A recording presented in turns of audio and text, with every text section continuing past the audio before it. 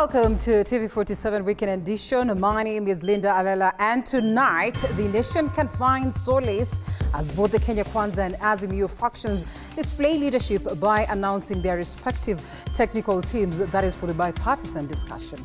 Might we witness a ceasefire at last? The outcome remains uncertain. Also, on this episode of Disruptive Fridays, we engage in a conversation with a cybersecurity specialist delving into the realm of online safety. My name is Eric Munene. Welcome to the broadcast. But first, the highlights.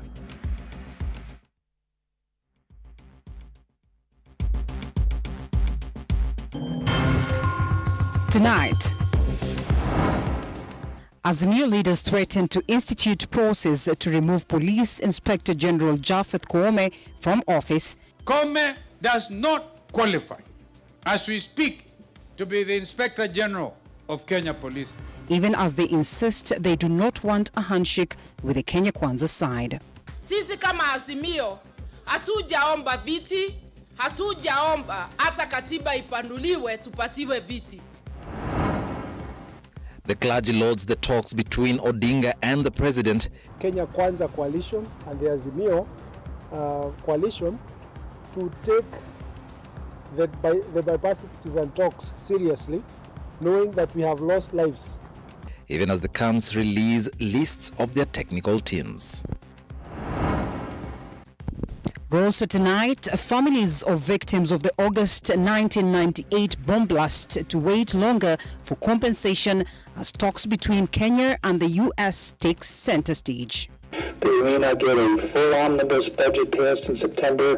We may get it kicked down the road to February or March, which is not an infrequent occurrence in Washington, which would give us our next deadline.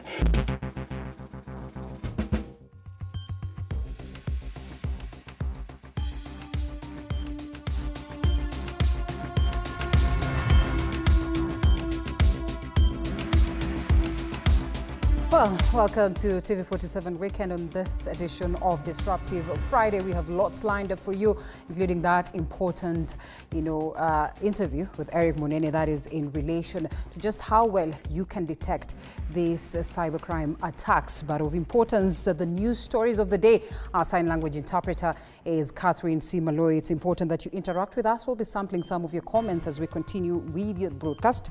The hashtag is TV47 Weekend Edition, as well as Disruptive Friday. Let's begin our broadcast by taking a look at these stories. And the Azimio Brigade has threatened to begin the process of removing Inspector General of Police Japheth Koome from office for saying that the opposition rented bodies from morgues to whip up Kenyans' emotions. The brigade attended prayers for those said to be killed during the protests, where they also called out the international community for what they say is looking the other way when the government is engaging on human rights violations.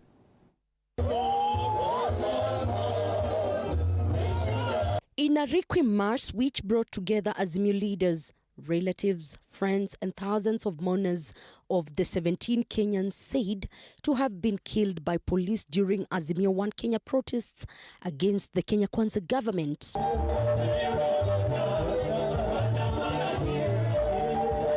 Azimio One Kenya leader Raila Odinga and his allies upped the heat against the Inspector General of Police Japheth Koome over claims of excessive use of force by police while quelling anti-government protests.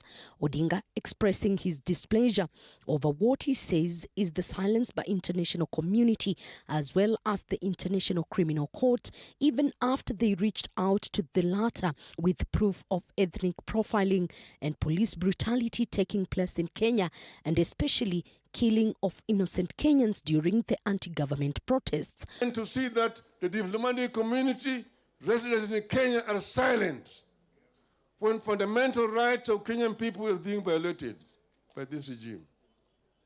We would like the international community to come up strong on this issue. The prosecutor of ICC was here, treated by Mr. Ruto. We've said that this is not right. ICC should remain true to its mandate by protecting and defending the rights of the innocent people all over the world. We are saying as a people of Kenya, ultimately it will be our responsibility to liberate our country. Leader Kalonzo Musyoka called upon Inspector General of Police Japhet Koome to resign or they institute the process to have him ousted over breach of Chapter 6 of Constitution, over integrity and also lack of humanity. It's a nation under police brutality. Then you have to advise accordingly. Koome does not qualify, as we speak, to be the Inspector General of Kenya Police. Mimi maliza yangu na Koome. Wangapi anakubaliana na mimi? For anybody at the level of Inspector General ambaye anasema viongozi wanaweza kwenda na kurendi mili, yani kununua mili kwa morgue, that is why I'm saying under Act Chapter 6 of the laws of the Constitution of Kenya, he completely falls short. And he should resign. The brigade says no amount of intimidation will stop Kenyans from demanding for justice, adding that if indeed the president believes that he won the elections fairly, then he should allow the opening of the IEBC servers. Mimi nataka kuambia ndugu zangu wale wanakaa kwa meza kwa mazungumzo wakiongozwa na ndugu yangu His Excellency Kalonzo Musyoka. Musikubali kunyamazishwa, mukose kutaja juu ya vifo, mukose kutaja juu ya haki. Mukinyamazishwa muache kutaja hiyo, ujue hata uhai wenu hautakuwa guaranteed. Uhai wetu zote hautakuwa guaranteed. We must negotiate under the laws of Kenya, not under the whims of William Ruto. Elizabeth Mutuku, TV47, Nairobi. And now the Kenya Kwanza coalition has unveiled its 4-member technical team, which will be tasked with assisting its dialogue committee on the ongoing talks with the opposition Azimio la Umoja One Kenya Coalition Party. The announcement was made by Kenya Kwanza's dialogue team, that is the leader Kimani Ichung'wah, a day after Azimio unveiled their technical committee members, as George Maringa details. On Wednesday this week, delegations of both Azimio and Kenya Kwanza met for the first time at the Bomas of Kenya in Nairobi. This signified a fresh start of the talks between the two warring parties after the bipartisan talks flopped. There will be 2 technical teams on both sides with a rapporteur on both sides. And we have agreed that the speakers of parliament will provide the answered reporters. We thought that is very important because subsequently we expect there will be documents generated and they will require presentation perhaps on the floor of both houses. That announcement of consensus made by Kalonzo and Ichung'wah following the talks kicked off the next process, which was to appoint select committees for the said talks. Azimio was the first to announce its team, which will be led by embattled Jubilee Secretary General Jeremiah Kioni. Other members are Dr. Adams Olo, Zain Abubakar, and Isabel Githinji. We will agree.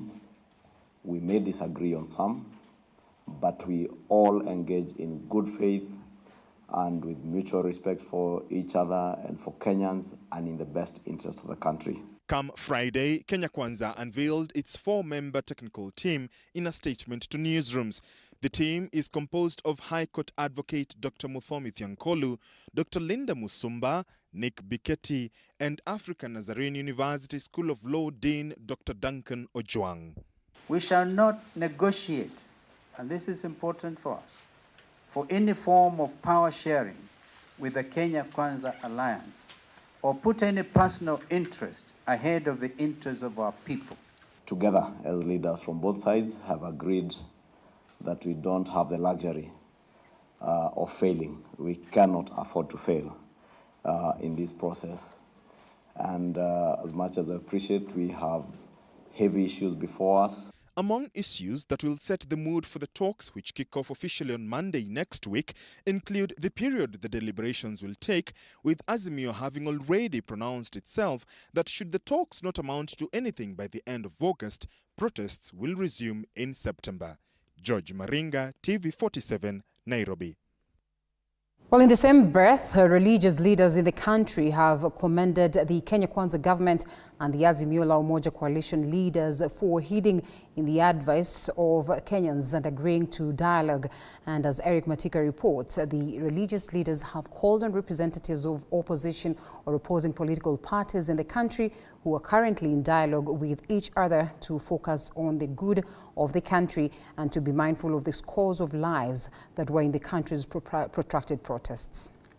With just days to the start of the talks between the Azimio la Umoja One Kenya and the government, religious leaders in the country have lauded the move, saying it has brought a sense of peace and tranquility in the country. The clergy drawn from the Kenya Conference of Catholic Bishops, the National Council of Churches and the Supreme Council of Kenya Muslims say that Kenyans have in the last few days breathed a sigh of relief that came with the cessation of protests in the country. The absence of toxic political bickering has accorded citizens a chance to reflect on their lives and to resume livelihood activities. The success of the talks will assure the hearts of Kenyans who have been wounded in body and spirit. The religious leaders have called upon the members of the dialogue teams to wholly focus on the good of Kenya, noting that prosperity, peace and joy in the country is dependent on unity. We believe that it is important for the immediate political crisis to be resolved, and that is where the Bomas talks comes in. We call for a multi-sectoral approach to national and county-level dialogue processes where the voices of all Kenyans are heard. At the same time, believers of the Islamic religion have received the Chief Qadi Abdul Halim Hussein at the Masjid Mosque, who has called for unity among Kenyans of all religions. Na mambo ambayo katika hizi dini zote yanashirikiana. Utakuta dini nyingi malengo yao ni ya amani, ya maendeleo, ya mshikamano, tuna mahusiano. As the preparations for the talks are underway, the religious leaders have called on the leaders chosen to carry out the dialogue to seek a solution that will maintain peace in the country. Eric Matika, TV47, Nairobi. Well, away from politics, the Trade, Industry and Cooperatives Committee of the National Assembly, led by Embakasi North Member of Parliament, that is Honorable James Gakuya, has today met with the National Environment Authority, that is NEMA, the Kenya Bureau of Standards, KEBS, the Kenya Revenue Authority, that is KRA, as well as KPA, that is the Kenya Ports Authority, at the Port of Mombasa to verify the extent of remaining condemned sugar that is slated for disposal. The 48 containers loaded with sugar deemed unsuitable for consumption were part of 40 more containers that mysteriously disappeared on their way to a factory in Thika, where the sugar was meant for energy conservation. The faulted 40 containers said to be containing condemned sugar and which mysteriously found a way to the local market, exposing its consumers to health risks, spurred a concern to the Parliament's members of Trade, Industry and Cooperatives Committee, who have now engaged various government agencies in a parliamentary committee summon held at the Port of Mombasa. We know today that there are many health issues like cancer and many other such diseases, and we actually as a government, as an entity, need to be responsible for our own citizens. When we learned that then this particular sugar here is about to move to destruction, we wanted also to be sure that yes, there is such a sugar in these containers, and number two, we must also make a follow-up to know where is it going to be destroyed.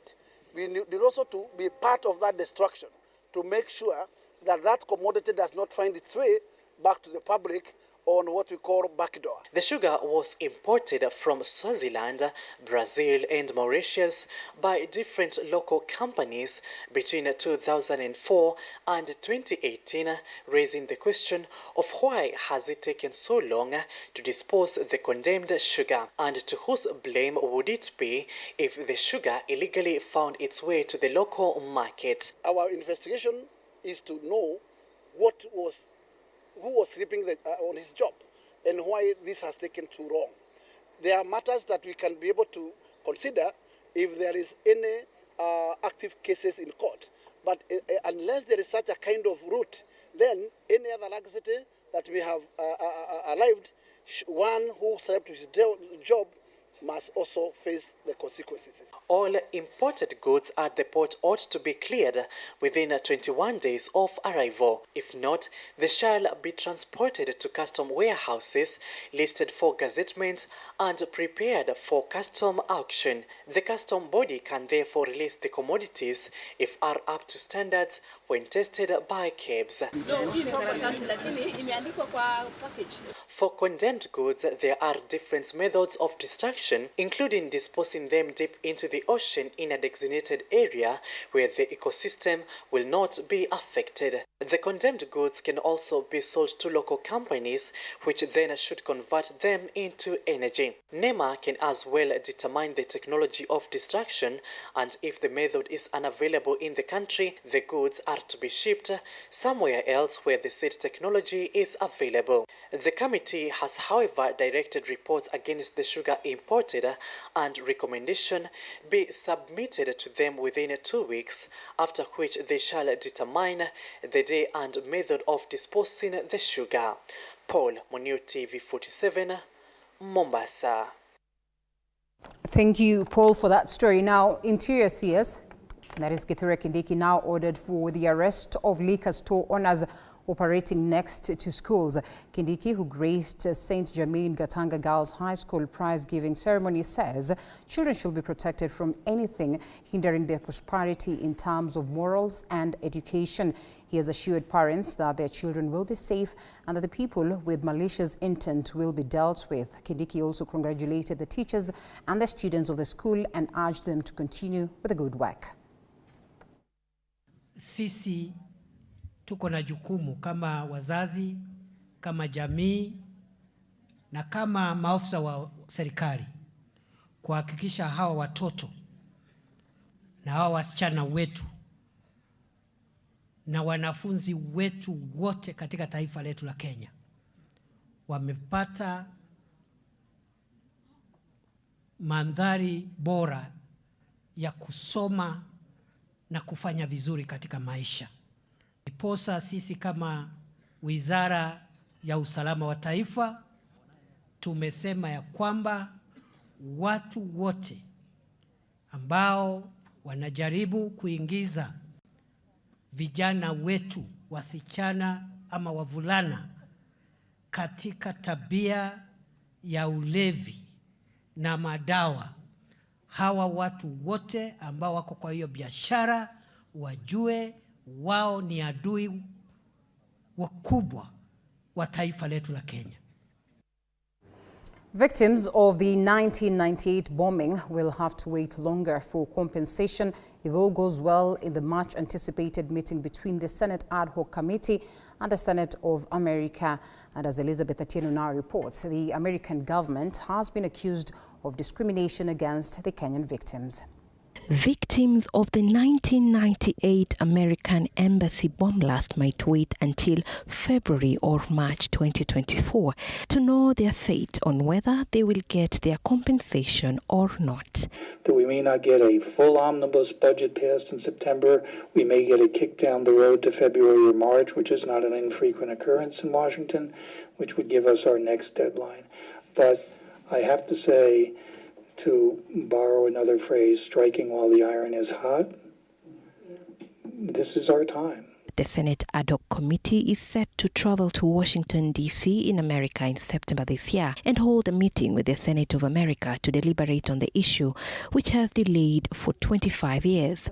We are all on board because this is an issue of Kenya, not any partisan issue. This will be the last probably the last Kenyan attempt. The victim's lawyer, Philip Mussolino, and Dr. Ramona Tasco, who represents 3,500 victims, on Friday appeared before the Senate Ad Hoc Committee, where they called on the Kenyan government, led by President William Ruto, to amplify their voices on the matter, further castigating the American government for discriminating Kenyan victims.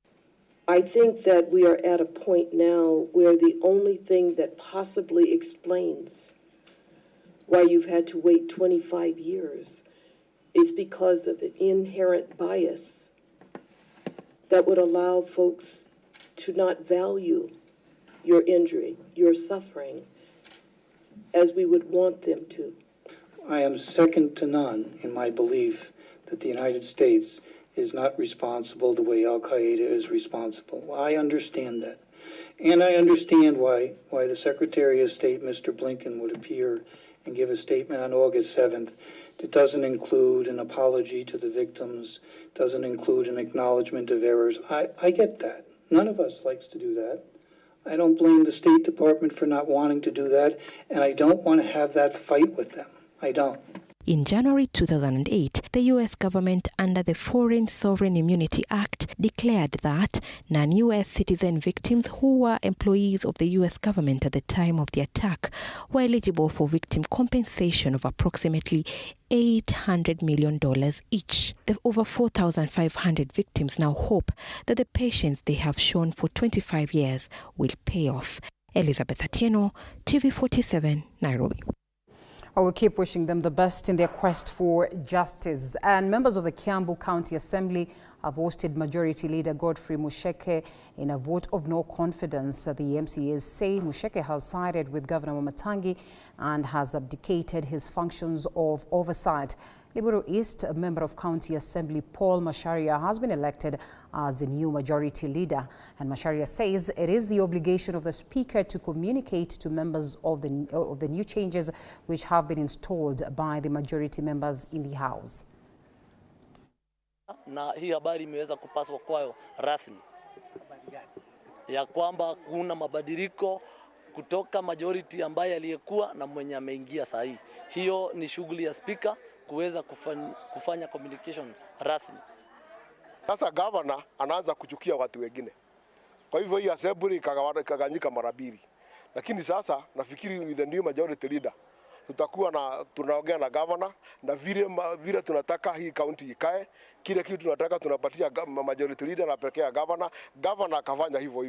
Hata sio hao tu 45 walisign, hata wengine walikuwa ready, lakini tukaangalia tukaona kwa sababu zimetosha za kumngatua, sisi tukaenda.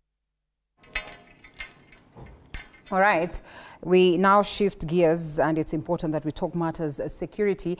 And the government has initiated a move to register private security companies in the country by creating a database that will have all security guards in the country in it. PS Interior, that is Raymond Omolo, announced during the launching of a private security training institute in Kisumu County. He noted that the government is keen on ensuring that these private security firms completely deliver on their tasks.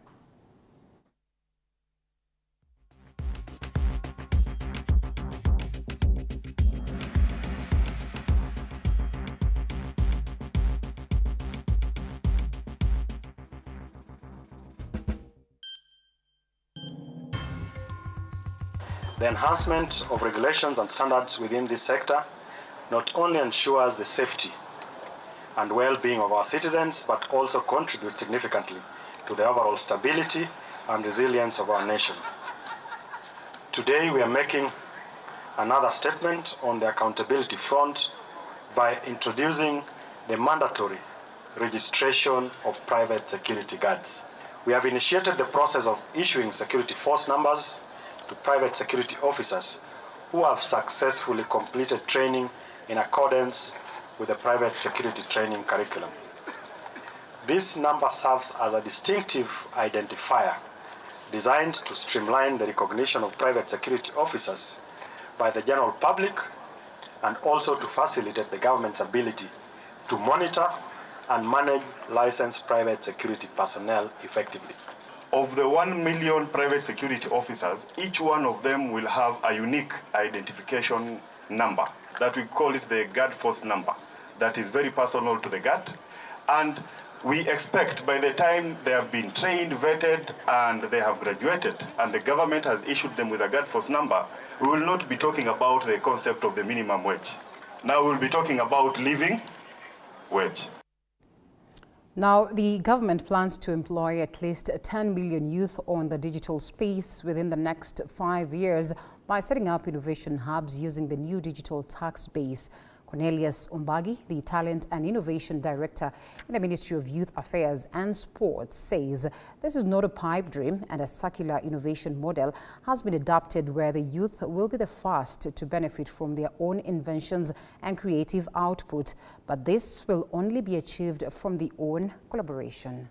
The number of unemployed youth in Kenya has risen to over 5 million, up from a little over 4 million in 2022. The rise attributed to the increasing number of graduates from institutions of higher learning. The shocking statistics coming against the backdrop of a government struggling to provide jobs to its growing youthful population despite endless pledges to do so.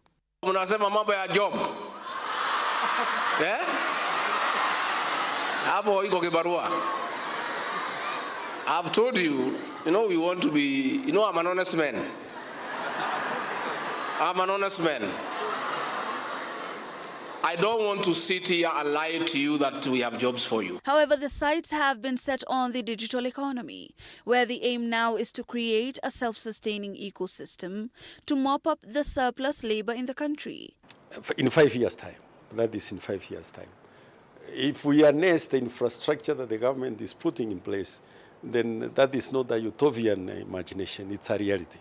Because what do you want to get a job in digital? Once you get the skills, then you need the connections to do that. And if the digital space is being expanded, then it means the young people, wherever they are, once they have the skill, then they'll be able to get some online jobs. Furthermore, the government will also incorporate new avenues for skill development in the curriculum of higher learning institutions to make Kenya a choice labor destination for multinational companies. Current numbers from Chira Digital, they should be able to give us, they normally say 3 million, 2 million are on board. But by last year, what I know is more than 1 million youths were through this platform getting different earns of a living. Affirming that innovation will base the new employment tactic for the government, Dr. Umbagi says there is hope for more avenues of earning on the interweb. The question, however, comes up on the practicality and sustainability of such an ambitious aspiration. They will be rewarded. So you can't develop this creative economy without creating infrastructure in terms of financial incentives and instruments to ensure that they progressively nurture this space for more jobs. So in the short run, we may think that it should be for free, but then to ensure that they are also compensated for their creative actions, the same tax bases will be used to fund these initiatives to ensure that there is sustainable employment. With over 1 million youth already registered under the Ajira Digital Program, the Ministry of Youth Affairs and Sports says that 10 million youth within the next 5 years is not a pipe dream and that the digital tax will be able to help in the achievement of this goal. Hibak Said for TV 47.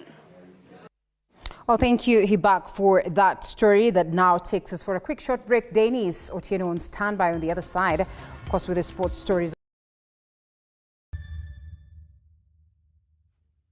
The news that matters the most is the one that hits close to home. When disasters strike, we are there to inform you. When the bullets are flying, we tell you who's shooting and why. Reporting on your victories, your health, your money, your security, your past, present, and future. We are interested in telling the stories of creativity, hard work, and resilience that you are known for. That is our job. This is my job. My name is Victor Muyakane, and it's my honor to bring you this news this way every Thursday night on the home of Untold Stories.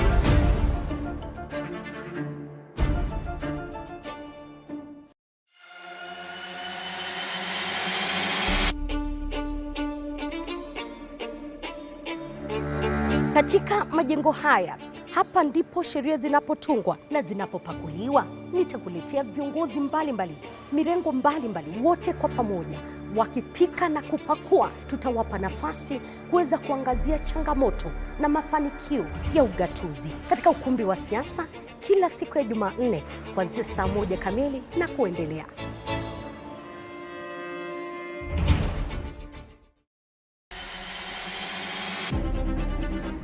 Toka eneo hili la Naivasha kwenye kaunti 032, gatuzi la Nakuru. Kutoka kaunti ya Elgeyo Marakwet, kaunti 028.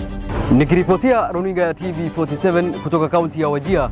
Nikiripotia TV47 kutoka kaunti ya Turukana. Kwa matukio yote yanayojiri katika kaunti hii 012. Kutoka kaunti nambari 1, kaunti ya Mombasa. Nikiripotia TV47 kutoka kaunti ya Lamu. Nikiripotia TV47 kutoka Kisii County. Nikiripotia TV47 kutoka kaunti ya Machakos. Kutoka kaunti hii ya Trans Nzoia. Kaunti 038. Kutoka gatuzi nambari 029, kaunti ya Nandi, chemichemi ya mabingwa. Nikiripotia TV47 kutoka kaunti ya Kakamega. Itakuwa nikiripotia runinga ya TV47 kutoka kaunti ya Bungoma.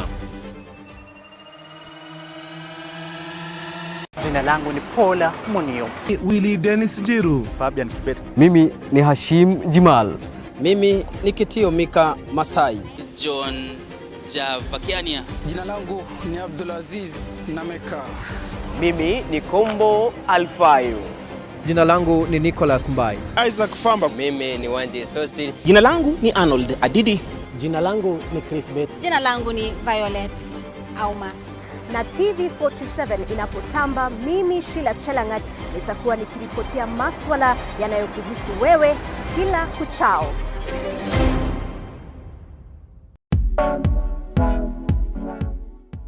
Every Thursday 7:30 p.m. unapata nafasi kufahamu viongozi mbalimbali kutoka humu nchini, kuanzia wabunge. Through Changa we could get money to pay our rent, pay our bills. When I was growing up, water was a problem where I was born and bred. We wake up at 3 to go and look for water. Magavana must be ready to be a tough woman and not a woman to be walked over. Kwa hivyo but you respect people. Dari ya mfahamu kiongozi, story na historia, na mi Elizabeth Mutuku.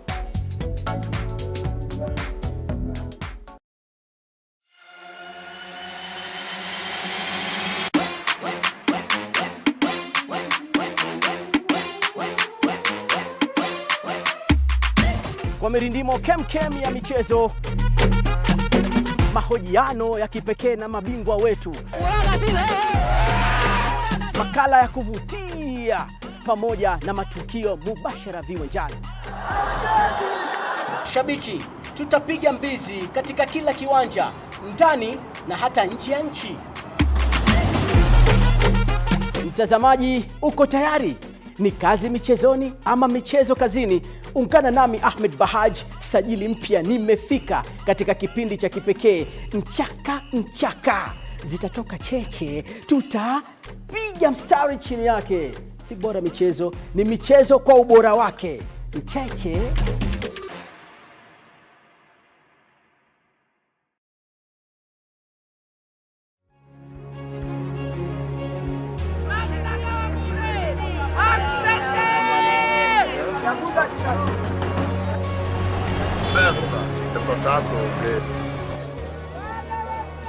They say money makes the world go round. So let's slow things down a bit. Put things in perspective. From the markets to the streets to the stocks, we make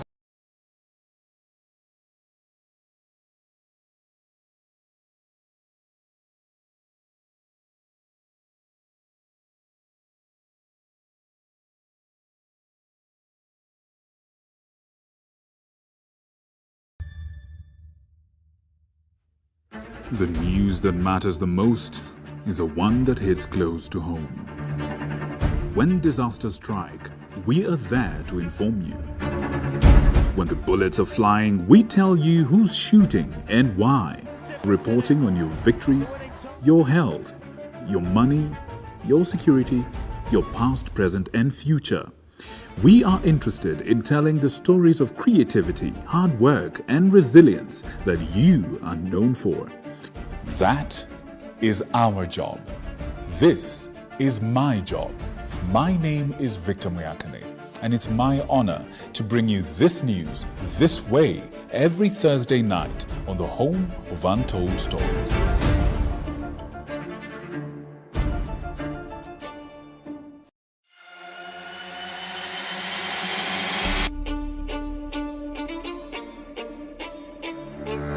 Katika majengo haya, hapa ndipo sheria zinapotungwa na zinapopakuliwa. Nitakuletea viongozi mbalimbali, mirengo mbalimbali, wote kwa pamoja wakipika na kupakua. Tutawapa nafasi kuweza kuangazia changamoto na mafanikio ya ugatuzi katika ukumbi wa siasa kila siku ya Jumanne kuanzia saa 1 kamili na kuendelea.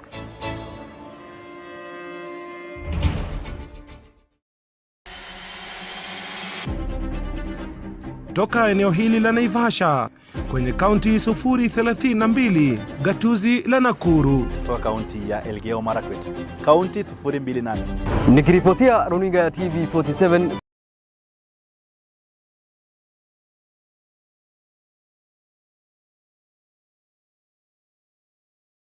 The country with a doping menace. The team has been in residential camp for the past 3 weeks at the Kasarani Stadium, with the first batch expected to depart the country for Budapest Monday morning. Team Kenya boasts of a strong lineup of elite athletes fielded for the games, including legendary Faith Kipyegon, who's having a tremendous season, Mary Mora, who has been dominating the 800-meter race, as well as Africa's fastest man, Ferdinand Omanyala, who is also topping the Diamond League 100-meter sprint standings. And pleasure this evening to come here to see off our Team Kenya to the 19th World Athletics Championships, Budapest 2023. We are confident in this team. This team was selected by Athletics Kenya in broad daylight. There are no secret servers in the manner in which this team was selected, because it was selected in the open. We've really trained well, and we're looking forward to reclaiming the title we won in 2015. I was part of that team, and rest assured, this team has trained so well, and everybody is looking forward to doing the best. We pray that everything goes well, and we will come back home celebrating again like what we did in 2015. Well, all the best to Team Kenya athletes who are going to take part in the World Athletics Championships. Now, moving on. With the national level of the Kenya Secondary School Games progressing in Kakamega County, the football final has already been determined and will see St. Anthony Kitale play against Dagoretti High School for the much-coveted title Saturday, after both sides won their respective matches in the semi-finals of the competition at the Bukungu Stadium Friday morning. And as our reporter Duncan Mutua tells us, Koyonzo boys reigned supreme in the boys rugby sevens and crowned champions in the games after defeating Vihiga 22-12 in the finals. Take a look.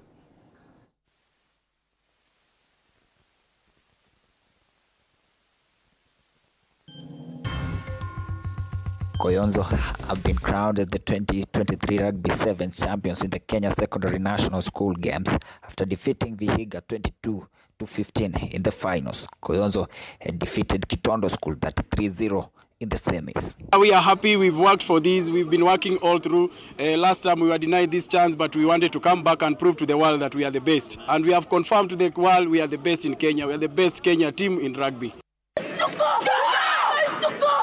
And in the ladies rugby category, St. Maurice emerged victorious after defeating Gilgil 10-5.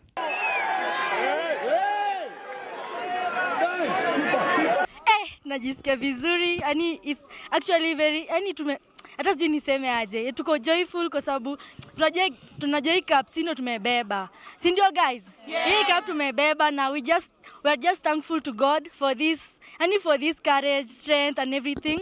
Yani since we just started training, hatujai lose, and here again win this cup. Yani hata sijui niseme aje, even siwezi ka express any my happiness today. Yani I'm just glad. An entertaining affair was witnessed in the football. St. Anthony Kitale midfielder Antriki Bet scored the sole goal in the semis as they defeated Shandrema 1-0. Tulishindwa, tukarudi nyumbani, tukajitengeza na tukasema tunakuja upya tena. Na tumekuja upya na tumefanya kweli. Naam. Ili kombe lazima lielekee Kitale. Ingawa nalitoa kwetu, huku ndio kwetu pia. Mimi ni mzaliwa huku, lakini nitalitoa hapa nilipeleke kule Kitale. Ili wajue kwamba the best coaches wako diaspora. Naam. While Nairobi champions Dagoretti humbled Lake Region champs Agoro Sare 3-0 on penalties after 1-1 draw in the extra time. East Africa Region volleyball champions Kwandanze have continued to dominate the local sport after defeating Mitoti 3-0 in the semis and will now face Chesogon in the finals. Well, I really feel good and I appreciate the girls. They are playing their hearts out and they are playing according to our game plan. Well, in volleyball, you have to plan and tactically be to counter the opponent depending on the opponent you are facing at that particular moment. And the girls have actually played very well to the tactics and directed them to use. From 8 to 2, tomorrow will mark the end of the National Secondary School Games, where in football, the finals will be between Dagoretti and St. Anthony Kitale. Reporting for TV47 Sports, Abdankan Mutua Askofu. All right, thank you, Duncan Mutua Askofu, for that report. Now, still in the Western region, Brenda Girls and Compel Sportive were crowned the Bungoma County champions of the Safaricom Chapadimba football tournament after winning the respective matches at the Pan Paper grounds in Webuye Friday afternoon. Brenda Girls rode on the overwhelming home support to defeat Kim Girls from Mount Elgon with a resounding 6-0 scoreline, courtesy of Angel Namondi and Joina Namukuru's brace, as well as Esther Muhwana's goal. Meanwhile, in the boys category, Webuye East's Compel Sportive eased past Sirare Youth with a 2-0 victory, with Chetambe Chanton and Randu Joseph scoring the all-important goals in the 17th and 57th minutes respectively. After Bungoma County, the third county finals head to Busia Saturday at Otimong Primary School grounds and Kakamega on Sunday at the Kakamega High School grounds before culminating into the regional finals at the Bukungu Stadium next weekend. Kuchezea Webuye Sportive kwa sababu tumekuwa washindi na nafurahia kwa ushindi wetu. Although tulikuwa na challenges kidogo, lakini sasa tumezifutilia mbali tukiangalia mali tunaelekea. Kwenye mchuano unaokuja mbeleni tumejipanga vilivyo. Kama ni training tutaanza vizuri kama venye tulikuwa tumeanza. Although kuna challenges, lakini kulingana na mipango yetu tunajipanga ili tuende tukazidi kuwakilisha eneo letu. Furahia kufikia siku ya leo, Mungu ametujalia. Wanafunzi wao kufunga walibaki after kutoka regional za secondary schools. Tulikuwa number 3 Western Region na tukaamua tuweke matumaini yetu kwa Chapadimba, ambayo kulingana na last edition tulifika semi-final region, tukafungwa 1-0 na Bishop Njenga, na tukasema this year at least nataka tujiredeem so that we reach the nationals and be the champions. And finally, still in football, Bidco United Friday afternoon tasted the fruits of their hard-fought labor in training after being crowned the champions of the 2023 Elite Pre-Season Cup at the Kasrani Annex. The Refiners proved that their project in the upcoming 2023-2024 FKF Premier League season, slated to kick off on 26th August this year, might be a success after overcoming top clubs and route the finals of the Elite Pre-Season Cup tournament. In the finals, Chris Ochieng scored a first-half goal, while Kariobangi Sharks defender Steve Biko scored an own goal in favor of Bidco United, while Donald Ange scored 1 goal for Sharks in the losing effort. The Elite Pre-Season Cup tournament featured a total of 7 teams, including Sofapaka, Posta Rangers, Nairobi City Stars, Rainbow FC and Kajiado FC.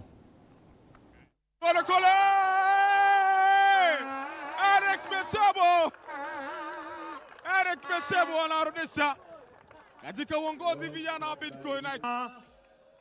Rasmi